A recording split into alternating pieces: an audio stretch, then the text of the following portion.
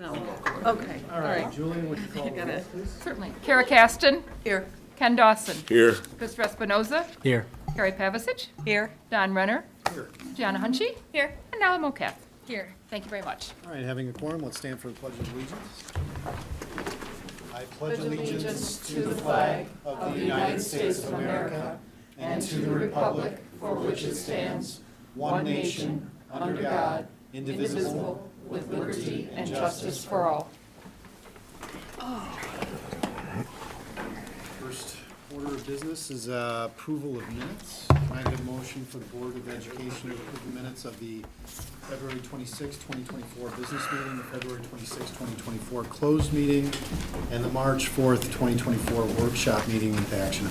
So moved. Second. Jenny moves, Ken seconds. Thank you very much. Terry Pavicic. Aye. Ken Dawson. Aye. Christopher Espinoza. Abstain. Jenny Hagstrom. Aye. Kara Caston. Aye. And Don Renner. Aye, motion carries. Thank you. Frank, I'll turn it over to you for item number 4.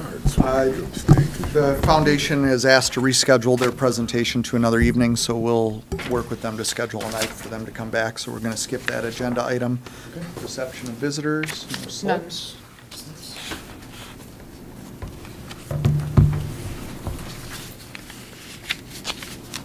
All right, staffing and curriculum overview. Rob is our MC for the evening. Hi, everybody. Hi. We're ready for giving you our overview and our staffing recommendations for the upcoming school year. Just a reminder, as I said at the last meeting, is that this is a super complicated process that starts with student course requests. And when you consider the number of students that we have and the number of courses, you're looking at over 20,000 data points that are used in this process. So there's a lot of input that comes from the department chairs, from the counseling office, piecing it all together. But tonight, we're really going to highlight the two people who put that giant puzzle together and forego sleep for a few months. We have Jake Giblin and Keith Pals here. They're our associate principals for curriculum instruction, and they are the ones who take all of our competing interests and put it into a schedule and courses that makes sense for students based off of their requests. So you have in your packet my chart that I prepare for you. It's just a really big overview for our sectioning FTE. That's the courses that are tied to the what students request. You can see that this year we have a total of 308, and that's a reduction of 7.4 FTE. So for things that are tied to the exact courses that students request, we're down 7.4 FTE. However, we have increasing needs for our students. So highlighted in yellow there on the chart are the areas outside of sectioning that we've added additional supports in for our students. The biggest areas that we had some adds was around our EL and our bilingual. So our EL coordination and our bilingual facilitation. We increased those because that's a increasing need in our buildings. We also increased at each building, north and south, 1.0 social worker. So that was an add that we needed to have in there. The other ones are not as big of differences. One note I'll say is that on my memo, I indicated that for the yellow cell for instructional coaching at North, I wrote that we had a reduction. We actually had an increase of a 0.1 FTE, but that's an FTE that comes and goes depending on what partial teaching we need and the licenses that our instructional coaches have. So that's our overview. Overall, when you consider the reduction in the sectioning FTE and some additions below in the non-sectioning area, we're down 5.1 FTE from this time last year with our chart. So that's in terms of numbers. We're going to send it over to Gina. Gina's going to talk about some particular courses, and then she's going to send it over to our APIs here, who are looking forward to sharing their expertise with you. And then Jeff will close it out for us of what that means for the individuals who are here. So, Gina, go ahead. Before Gina pops in, I just want to point out that our overall enrollment is returned to levels similar to pre-pandemic numbers.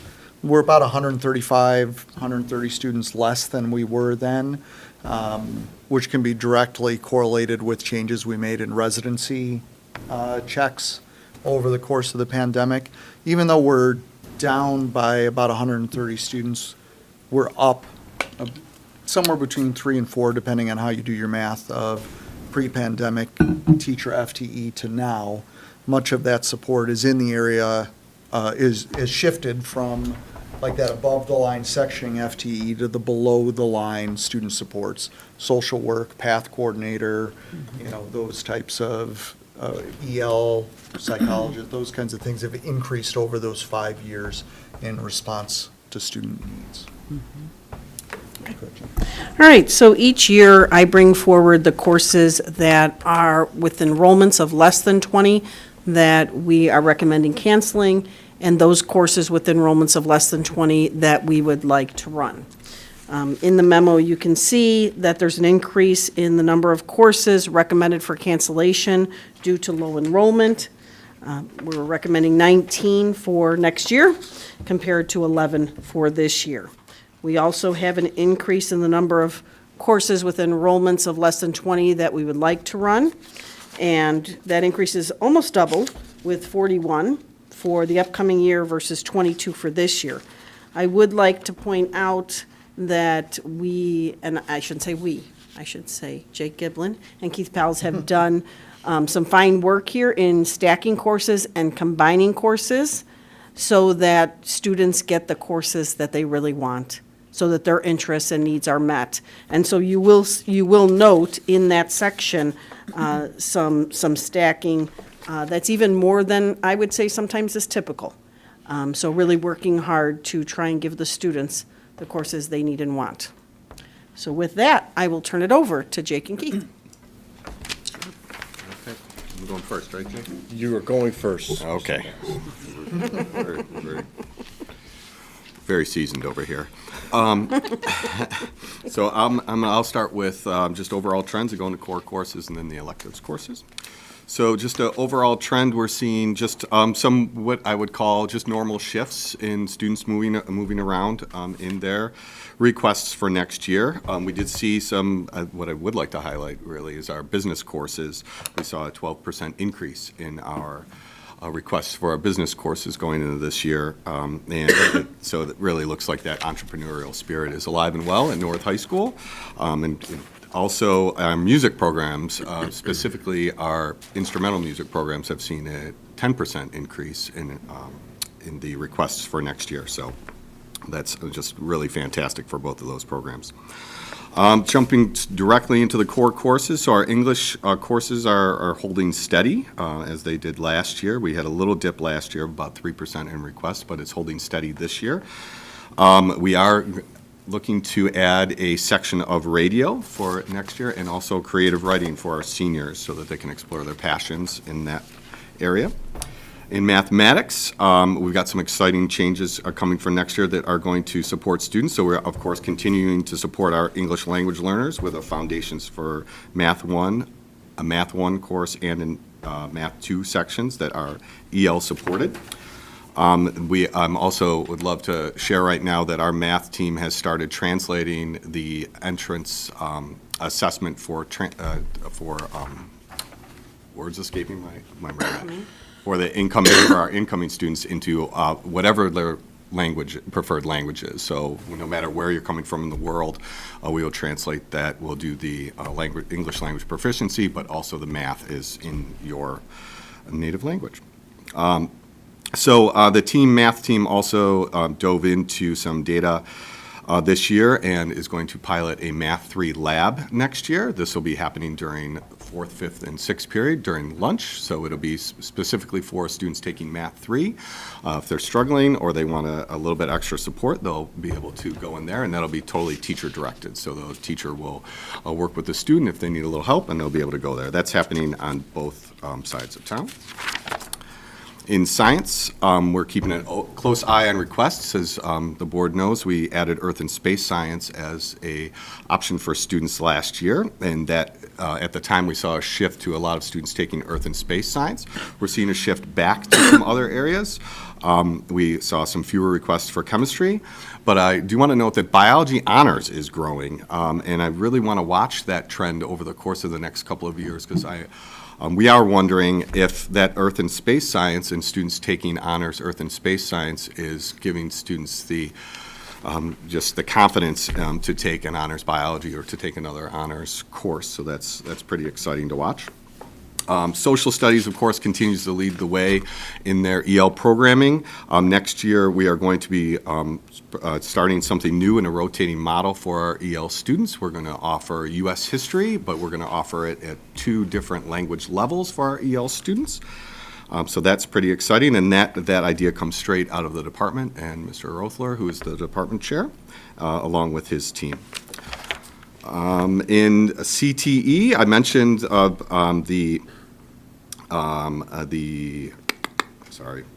I mentioned, the business classes, yes, that are growing. I do want to highlight that both, before I get from CTE into fine arts, that Gina mentioned the stacking of courses. And both our department chairs and our teachers have done such a fantastic job of looking at how to offer honors and upper level options for our students who are really in specific programs, whether it's architectural drawing, which is stacked so that students who are really interested in that can continue to follow that passion, or a painting and drawing class so that they can continue along the way as well, all the way to the AP level. So teachers work really hard to make sure that those options are there for our students. And just to clarify, stacked means Yes. you have multiple levels of the same kind of course area blended together in the same class period. And that allows us to take a class that doesn't have a lot of students signing up and combine them in a way that you get close to that 20 number or over that 20 number, where it becomes economically feasible to run those courses in those student interest areas. In fine arts, I mentioned the celebration in the music program, for the instrumental music program, to be specific. I would also point out we had a slight reduction in our visual arts request this year, but that's by no means something that we should be worried about, because the program is packed. So I'm speaking specifically for our ceramics room is used all day long. Our jewelry and metal work classroom is used all day long. Both of those are extremely popular programs, and although there's a slight reduction in the requests, both of those rooms are used the whole time. The same thing goes for our culinary program as well. Those spaces are used all day long, and in fact, we have to have an overflow room for our kitchen, and our teachers work together so that they can best use that space to accommodate all the students. So just awesome there. In our World Languages Department, we are bringing back the Heritage Spanish class next year to help with our students who speak Spanish and are working for the CO biliteracy, but are also looking to really work on their academic language. They may speak Spanish at home fluently with their families, but this is to focus on that academic piece. And also, I was talking with the department chair, and we're really looking at both our French and German programs and how we can work with our feeder schools to try and boost enrollment in those 2 programs as well. So that's on our radar, looking forward to next year.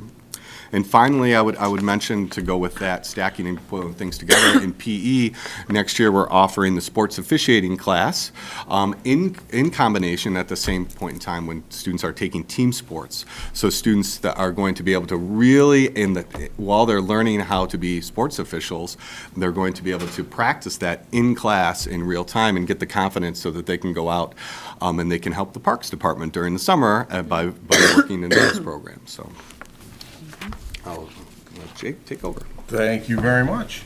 I'm going to start with career and tech, and I do appreciate Gina talking about us being able to put a puzzle together and put stacks of classes, as Hank described and as Keith did, but we both want to emphasize we could stack them any way we wanted, but if the teachers didn't teach those classes in the way they do, it would not be effective. I had a conversation with the Fine Arts Department the other day, and I said if someone told me that I was going to teach Math 1, Math 2, and Math 3 all in the same class, I would have thought my head was going to explode. And they do some of that on a regular basis in CTE and Fine Arts. And as a testament to their professionalism, their willingness to try to put kids in the best positions possible. and try to give them the experiences they're desiring at the high school at this time. Within our CTE department, we're seeing very similar growth as what Keith's describing at North. We've had an increase in sections of our Intro to Business, 1 each year. We're at 7 this year over the last 2 years. Our Intro to Engineering and Design program grew by 62% from 42 students to 68. Our Advanced Culinary Arts went up 45%. And again, they continue to work and build these intricate programs that layer multiple levels so that kids can take AP and what we call studio experiences at the upper levels that they wouldn't otherwise be able to. In fine arts, ceramics is popular, but the class that actually grew the most in the building was digital photography. It had a 79% increase. We went from 80 students to 143 this year, so they are doing a great job of bringing students into that program. In English, what we're seeing is a growth in our AP, English language and English lit. 29% and 22% respectively is how much they grew. And at South, we're able to pilot a program this year called Modern Rhetoric. It is in conjunction with College of DuPage. It is a transition English course that will allow students that maybe are on the borderline of some of the testing and grade metrics that College of DuPage would require a student to have in order to automatically place into a credit-bearing program at COD. And by taking this class, if they earn a C or higher, they will be able to do that regardless of those testing or grade metrics that they have. And so we're excited to be able to pilot that this year at South. In math, fairly status quo. The one thing we're very excited about is Math 3 honors grew significantly. It jumped 35%. What we're excited about is that at Math 3 honors, that's where we lead to the pre-calc honors and then maybe your Calc ABs, your AP stats, and AP BC calculus. The more of those, obviously, we can get in sophomore and junior year, the better chances we have at the AP levels at that point. The other thing, and you'll hear this a couple of times from me, our EL section has grown tremendously. We have traditionally only had one section of EL foundations and one section of EL Math 1S. This year we started with 2, and we had 12 students to begin that program. We're well over that. We're about 30 now. And so those EL programs are exploding, and we have many teachers who have the EL certification in our math area to be able to help support them at the level of where they're at, which is great for us. In science, we saw significant growth in our AP Biology and Chemistry. AP Biology grew by 68% from 25 to 42 students, and our Chem grew by 40% from 47 to 66. And even our physics honors grew by 32%. So we're very excited at the higher level seeing that growth and students wanting to expand out. We're also excited because that means they're feeling like they've got some support from the teachers in the classroom and be able to take those risks and take classes that are a little bit harder and stretch themselves. Where you're going to see a lot of growth in AP, again, is also in social studies. Our AP Psychology and AP Government grew by 51% each. They both grew by 56 and 66 students respectively. And then their EL programming is strong in there as well, and it all grew by 24% in our EL Global, and we have an EL Civics, Economics, and Society course. It grew by 57%, and we have an EL US History that doubled. We went from 9 to 19 students in that program as well. Lastly, with all those, world languages does encompass a lot of the EL students, obviously. We're trying something new this year that we actually began this semester. We're adding what are called newcomer programs for our EL students. And those typically are for students who are on the lower range of not only language, but also maybe academic skill as we test them and bring them in. And we were able to add those at the semester this year, and we're going to continue those next year as well. But aside from the EL programs, we had a really nice growth in French this year. We're going to have 2 full-time French teachers, which we haven't had for a while. AP French grew by 33%. French 3 honors grew by 30%. And as Keith spoke to earlier, we do have Spanish for heritage speakers and that doubled, went from 16 to 33 students, so we're able to meet them at those levels as well. So thank you. Very good.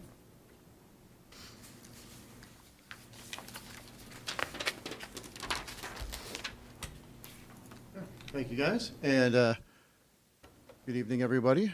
As you've listened to all these various pieces of this puzzle, obviously, when we're trying to meet the needs of all our students, there's some things that shake down, so I unfortunately get to be the person who has both good news and then for some folks, some not so good news, but I'll start off just talking about on the personnel report, which is part of your consent agenda for this evening, are all of our recommendations for renewal for our non-tenured teachers. And so those are all broken down by where they are currently their status in terms of years of service with the district. So that's, as I mentioned, part of your consent agenda. So that's the good news. These are the people who I'll be meeting with later this week with their new contracts for them to sign after they're signed, denied, and approved by you, of course.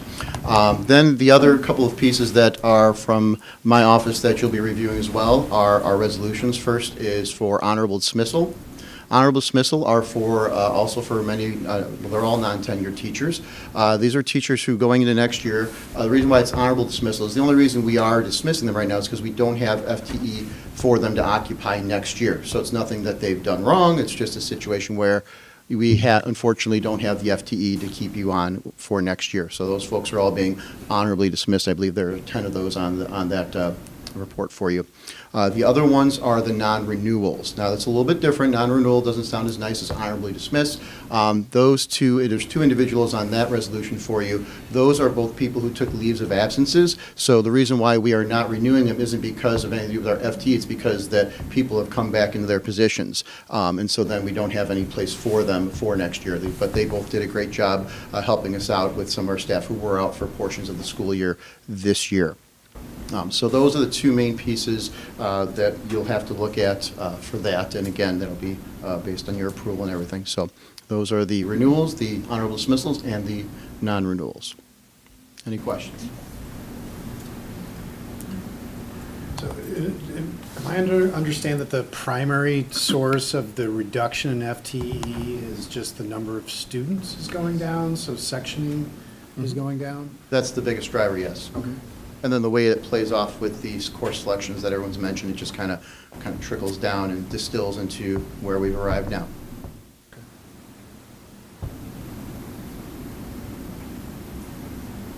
No way to salvage AP music theory? With 9 students. No, it's a course that we've been discussing. There's several like this that we believe we should start offering like on odd and even years, so that as students are making their 4-year course plans, that then we could kind of stack 2 classes together in that year. And if students start to anticipate, like, okay, this one is offered in odd years and this one's offered in evens, they can start counting on us running it. And then we get to the spot where if we're offering it every other year and we're telling kids we're going to offer it that year, then if we do have an under 20, we'll feel more obliged or inclined that we told kids plan on it being run this year, and now we should run it if that's the case. So we're starting to look, we have a few courses that are always seem to fall right on the bubble like that. AP Music Theory is one, we have a few others. We think that might be a long-term solution for us.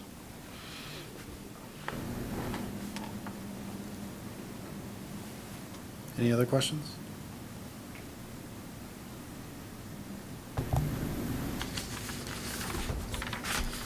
All right, anything else? All right, the rest of those flow through a variety of the items the rest of the evening. Thank you. Thank you, Keith, Kate, for all of your hard work on all of this. Thank For your you. report. Thank you, gentlemen. All right, next agenda item is capital projects. This is also an action item this evening and also life safety work. Turn this over to Travis. These are really bids that have come in. Good evening. If you remember back in November, Jim and I talked with you about different capital projects that we were working on. And these projects required, in line with our board policy 460 with purchasing, that we go out to bid for these. So we had sealed bids, they were placed in the paper. There are requirements on timing, we met all of those, right? And we had our bid openings here at the ASC, and these are the results of those bid openings. So the first is asphalt replacement, and I'll tell you, we did this bid, writing everything in-house, all D99. It's in line with some asphalt work that we've done in the past as well. So we had 8 different sealed bids that we had an opening actually last week on, and the low bidder had the amount of $152,615. After reviewing that and having follow-up conversations to make sure that they understood the scope of the project and everything that was required, we feel like they are a good and reputable company, and that is, we'll be bringing that forward as a recommendation later in the meeting. Then we also have the scoreboard power, so this is not just electricity, but it's also fiber, right? So there's a lot that's involved with this. We worked with White on, we needed to actually get a design put in place from the electrical side, so we've done that. We again went out to bid. We did receive 1 bid. We were hoping to get more than that, but I will tell you that that is when White looked at the project and what they gave us an estimate. It is in line with the estimate that they provided. So when we opened it, we weren't surprised by the amount, but we were hoping for more so that we had more of a competitive there. But a same process where it was in the paper, publicly, all of that information. So that is coming in at $548,700. And again, that's for both north and south, both indoor and outdoor, all of the scoreboards and the fiber that will run to that. The final one actually involves both the classroom improvements and renovations and the galvanized pipe replacement. It was 1 bid opening that we had for that. And why we put those 2 together, even though they'll be coming from different sources of funds that we'll be paying for, is economy of scale. So we worked with White to get both of those. This was all at 1 bid opening. And we did receive a total of 32 sealed bids for all of the different areas that are required for this. So you can see there's several moving pieces that are noted in the memo that I've shared with you. Several different entities that we'll be working with to get all of the work done. So the classroom improvements and renovations came in at $710,815, and then the galvanized pipe replacement came in at $778,847. And just as a reminder, that also includes locker room renovations, both girls and boys, as part of that project as well. So any questions about any of those bids or any of the projects themselves? Summer projects, All this summer, yes. and do you feel the scoreboards are on pace to be done Yep. before next school year? Yes. Excellent. We're working on the timing of everything, so we're having monthly meetings with our digital scoreboards to make sure that, because we have the turf, the track resurfacing, so we have a sequential order that we need to follow, and we're working with everyone and making sure that gets done. We'll be starting right after graduation. So you're going to shoo us off and start right away? Yes, we're getting going on these things, that is for sure.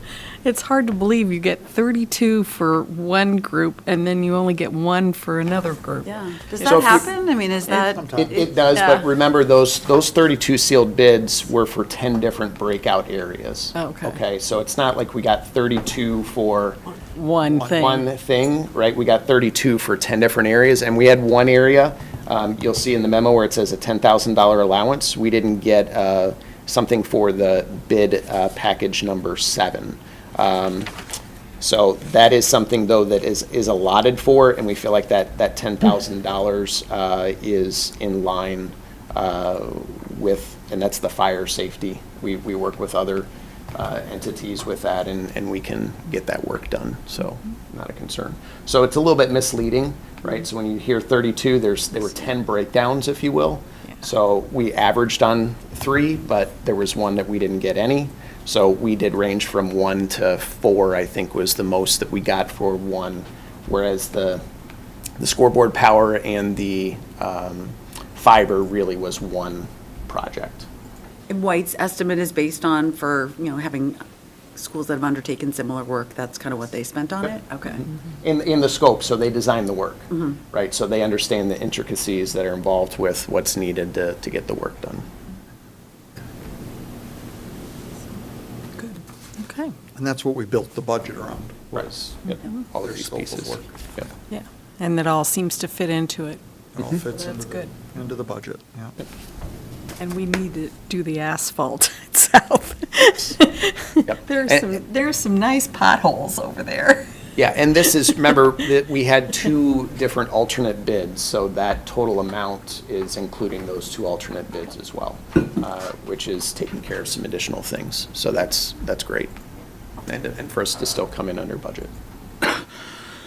These are up as action items later on this evening. Any other last questions for Travis on these? I would just note in the action item, we did break out the classroom improvements and renovations and the galvanized pipe, right? Because they're 2 different sources of funds that we'll be using, so we wanted to make that clear and clean cut.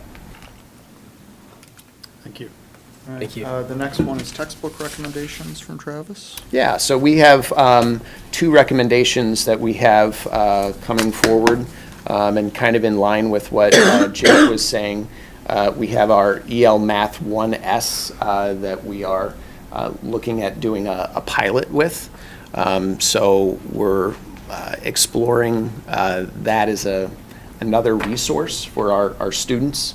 I was really happy. I'm a former high school math teacher, so when I saw Big Ideas Math in my previous district, we went through the process of looking at resources, and this is the one that we landed on. It's really well done. It is, the authors were math teachers, and it is written in friendly language that provides a lot of really great resources for our teachers to implement and to use in their teaching. So we have that one, which is the Integrated Math 1. Again, as a pilot, that could be expanded to other Math 1 classes. It'll be a great opportunity for us to see what resources and what learning opportunities that avails. And then also we have Integrated Mathematics 2 for all of our Math 2 level courses that are listed there. So those are the 2. Our math departments did a lot of work to get to this stage, and we feel really confident that these will provide great resources for us moving forward. All right. Any questions for Travis on textbooks? The next item up this evening is property tax abatement for the Rexnord facility. This began in 2016 as a project. This is also an action item later this evening.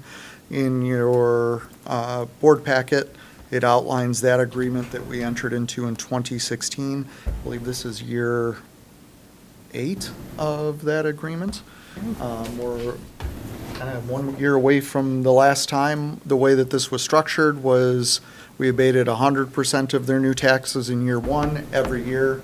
That has been reduced, so over a 10-year period for it to go. And if you drive by that facility, you'll see it was totally worth it for the taxes and jobs it's brought our community. So this is, although we have to take action on it each year, the board has already entered in an agreement to do this, so this just formalizes this year's, but it's really, we have to do it. Formality. Yes, it's a formality. So, any questions on that one for tonight? And then, Don had requested that, at the beginning of the year, I brought you a list of leadership events that the board approved my attendance at over the course of the year. I wrote up a short reflection for the board, and it's included in your board packet on those I attended and kind of my key takeaways from each of those.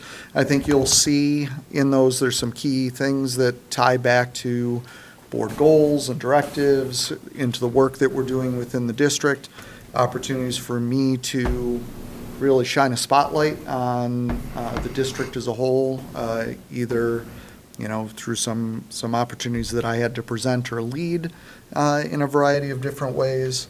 And it's really, especially the work, I would say the most recent huge growth was going to the National Superintendent's Conference.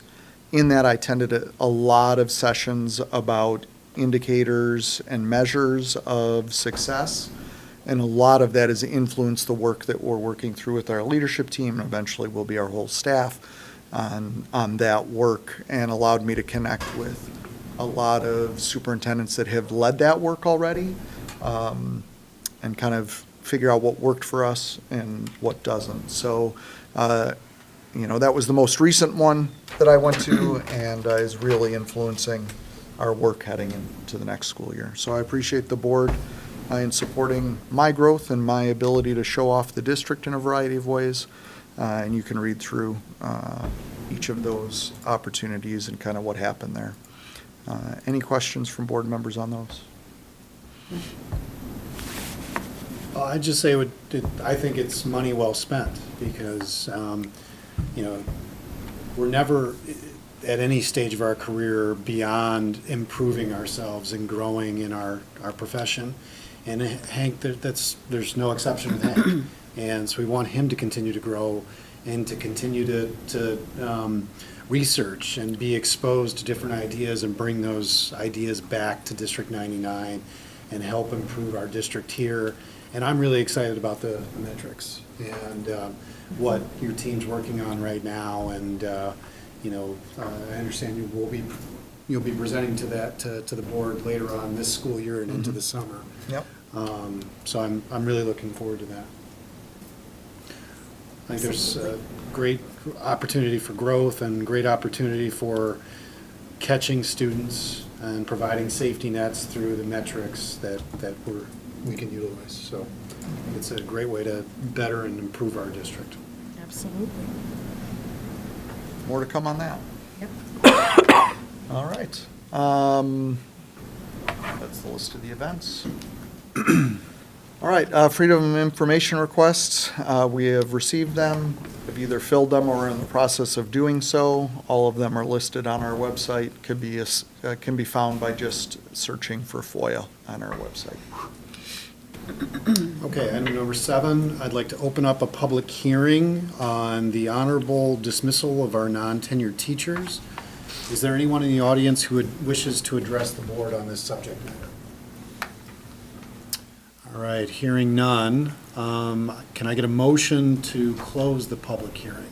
So moved. Second. Second. Terry moves and Ken seconds. Thank you very much. Terry Pavasich. Aye. Ken Dawson. Aye.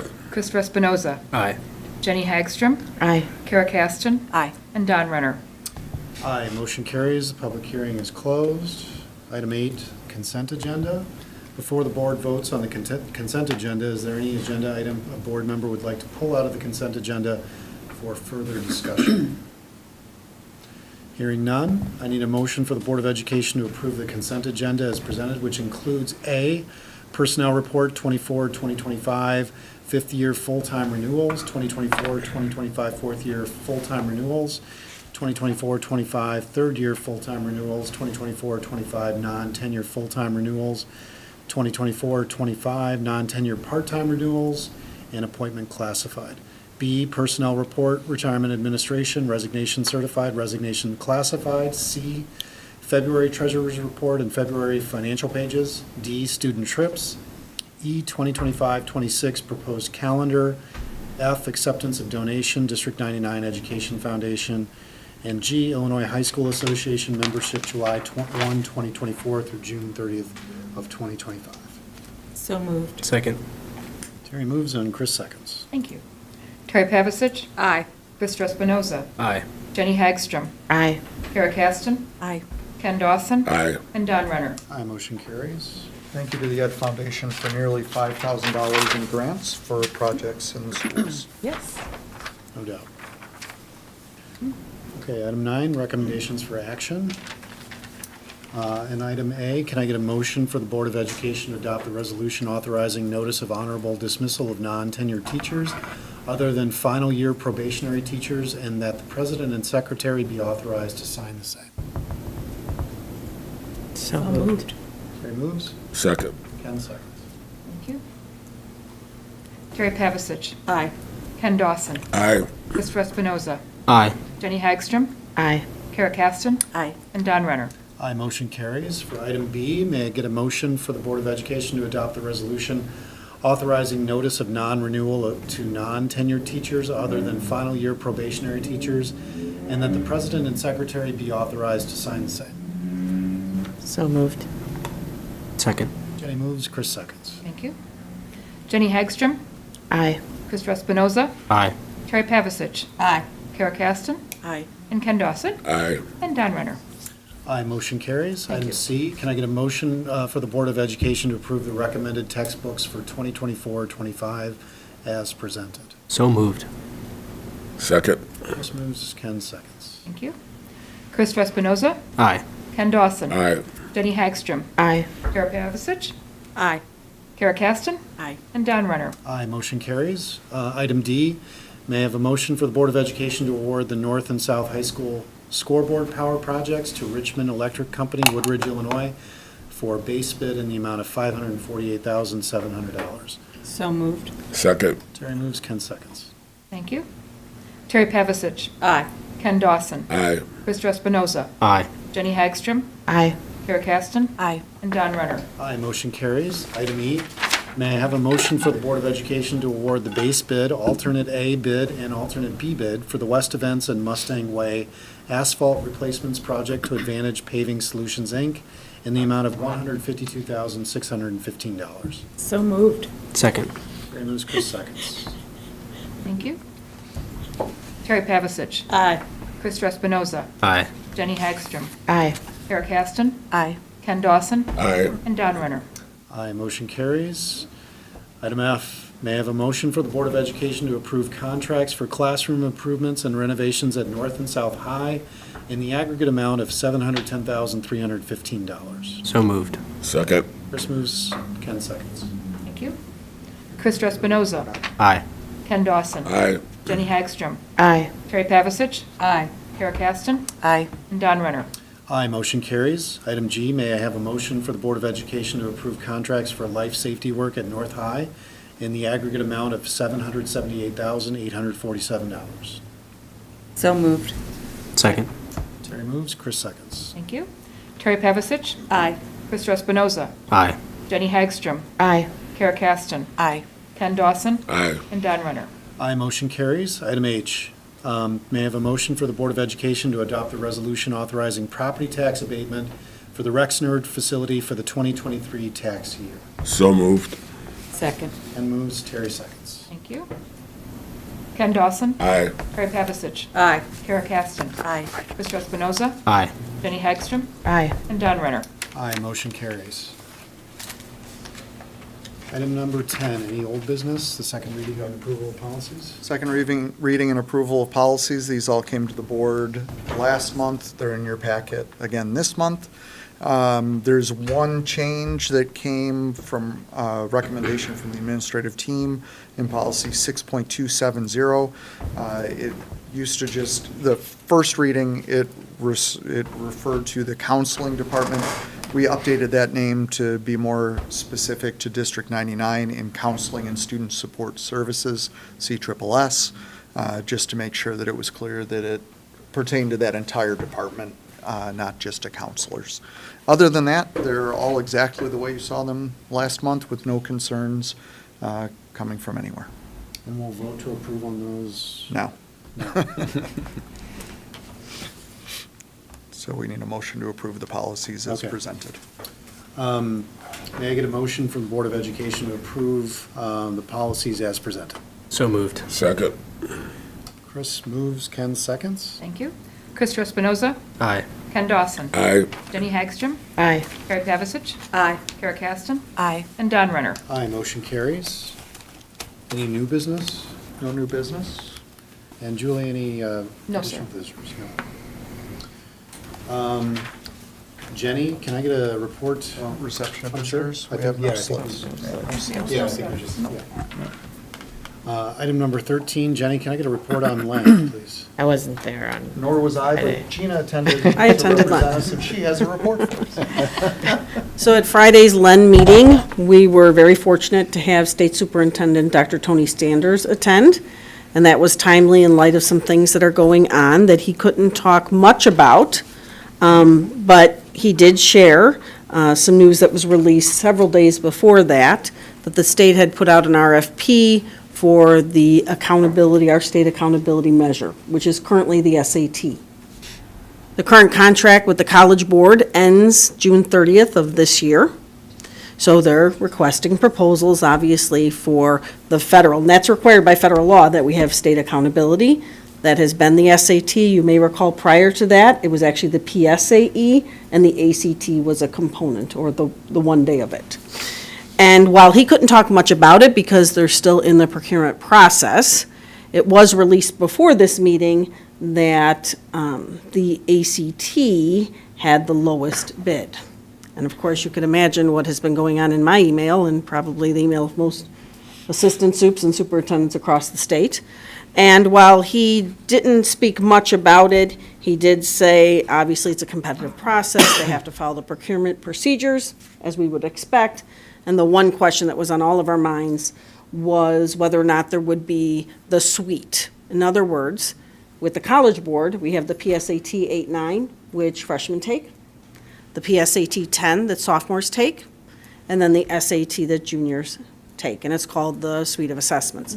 And so we had questions regarding that, whether the RFP actually called for those, what I've referred to oftentimes as like lead-in tests. They're kind of like practice tests to get you there, or to help students get to taking that final assessment. And he did say that the RFP was for those suite. Of course, it's the ACT. There's a pre-ACT for grades 8-9, so that would be obviously for freshmen. There's one for grade 10, and then the ACT for grade 11. But other than that, he didn't talk much about it. Of course, there were some questions asked, and he continued to talk about the procurement process.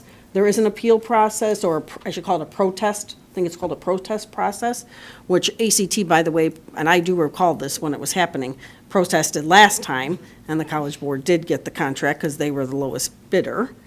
He did not say that the College Board was protesting, but that's very possible. It's in that protest period. So, point of that will be, and while he didn't say this, I am saying this, that would be for the tests that are given next year, because the contract expires or ends in June. So what does that do to like national merit? We would still offer the NMSQT. We offered that even when we had PSAE, long before the College Board had gotten the state contract.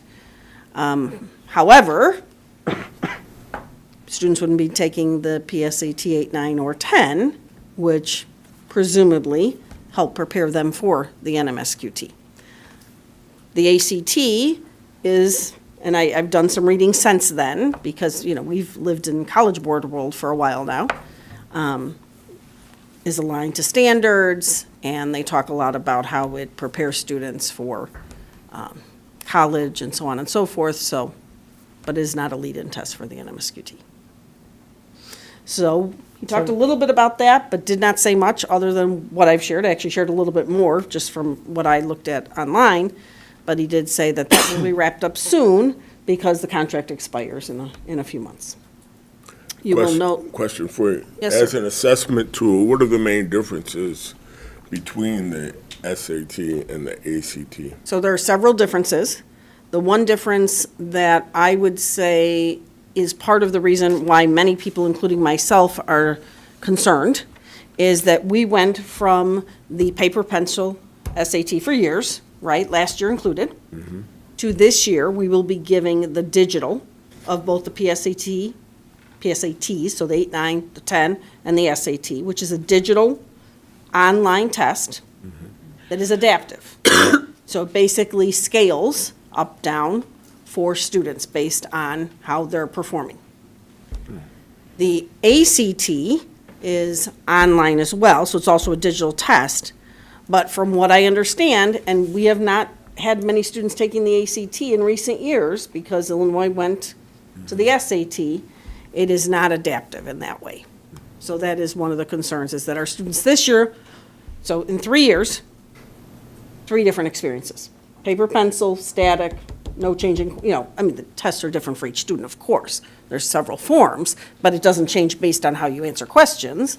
And then secondly, the digital online, so our staff is learning a whole dashboard, a whole new dashboard for this test. And then if this goes through, and it's still an if, then a completely different test with a completely different dashboard for all of us to learn. So those were some of the concerns that were, I know, shared in my group, not necessarily in the meeting because he couldn't talk much about it. But he did share that it is still in the procurement process, that there is a protest option, and when it exactly expires, and that it would impact us next year. The other key factor in this that I did share with Dr. Sanders is we're finally reaching the point where we have longitudinal data for our students, right? Right, Where we can right. start to look at what their progress has been over their time with us. That all Goes away. resets, right? It all resets again. So we had the ACT, went to the SAT, so we reset when that happened. Then we got to the point where we were starting to get longitudinal data, and then a pandemic happened.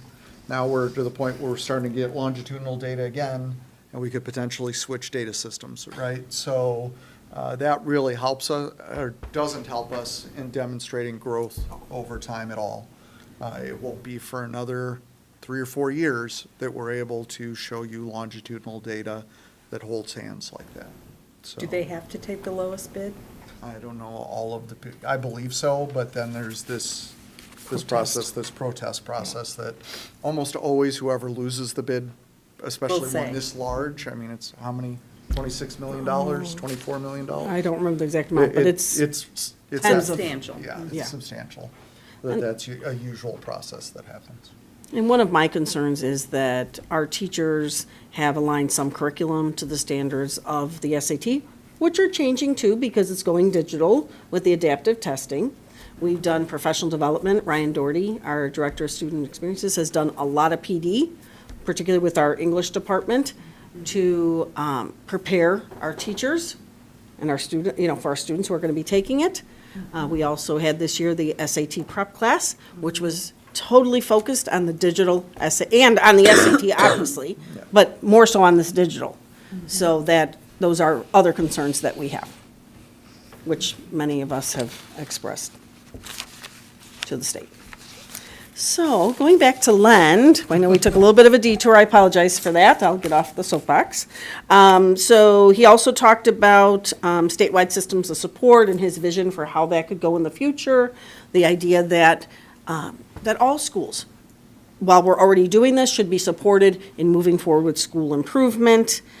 He also talked a little bit about, just his work at the state board and how he looks at different factors in making decisions. He, as you may remember, was a sitting superintendent for many years, and he, shared some ideas he had around some of the support that's out there and state accountability. And then the meeting wrapped up. There was literally about 5 minutes left in the meeting with a series of bills and just a brief update. None of them that were discussed in any great depth, but just mentioned a few of them and where they were at in the process. And that was pretty much the meeting. And can you provide a report on Sassy? Yes. My schedule got a lot more open over the next couple of months. I was on the bargaining committee, and it sounds like we may have a TA to just extend the current deal for a couple of years. So that's in progress right now. That might get resolved over the next couple of weeks. And that will at least allow the new executive director to come in under a contract. We won't have to bargain, anything through the next couple of months or into the summer. So that's the big news. I have a meeting on Wednesday of this week. Terry, any report on the foundation? We're meeting Wednesday, so It's the same as what it was last month. Okay. Ken, any update from IASB? I'm gonna turn that over to Terry, who was able to attend the dinner, give us an Yeah. update on how that went. You know what, I'm gonna get on my soapbox a little bit. I think it's important that we all make an effort to go to the division dinners, just because there's usually a very good program. And this one was on social emotional learning, and it was a very, very good program. And I think it's something that we as board members can learn a lot from. And I'm on the committee to work on the program for next fall. And so if anyone has any suggestions on what they would really like to see as a presentation, please let me know. I'm going to be meeting in June, and so that'll give you plenty of time to think about it. But Hank had suggested maybe a little bit more into AI. AI, yeah. I was trying to think of the initials, too many initials in my life. But that's an interesting aspect of education that we could all learn from. So please, when you see the date come up, I don't know when it is exactly, please try to make an effort to come, because it's not only a presentation, but you also get to talk to other board members that are at districts that are very similar to ours, and it's also where you can also talk to our sender districts and those folks and the superintendents there. So it's nice to know who your kids are going to be coming from, and so that's my little commercial for the And the dates division for next dinner. year should be released in the next month, so as soon as they come out, I'll share them with everybody. Yeah, so Virtually. you can put it on your calendars. Yep. Yeah. So like I said, if you have any suggestions for programming, let me know. Okay. Item number 14, upcoming board meetings on April 1st, the day after spring break.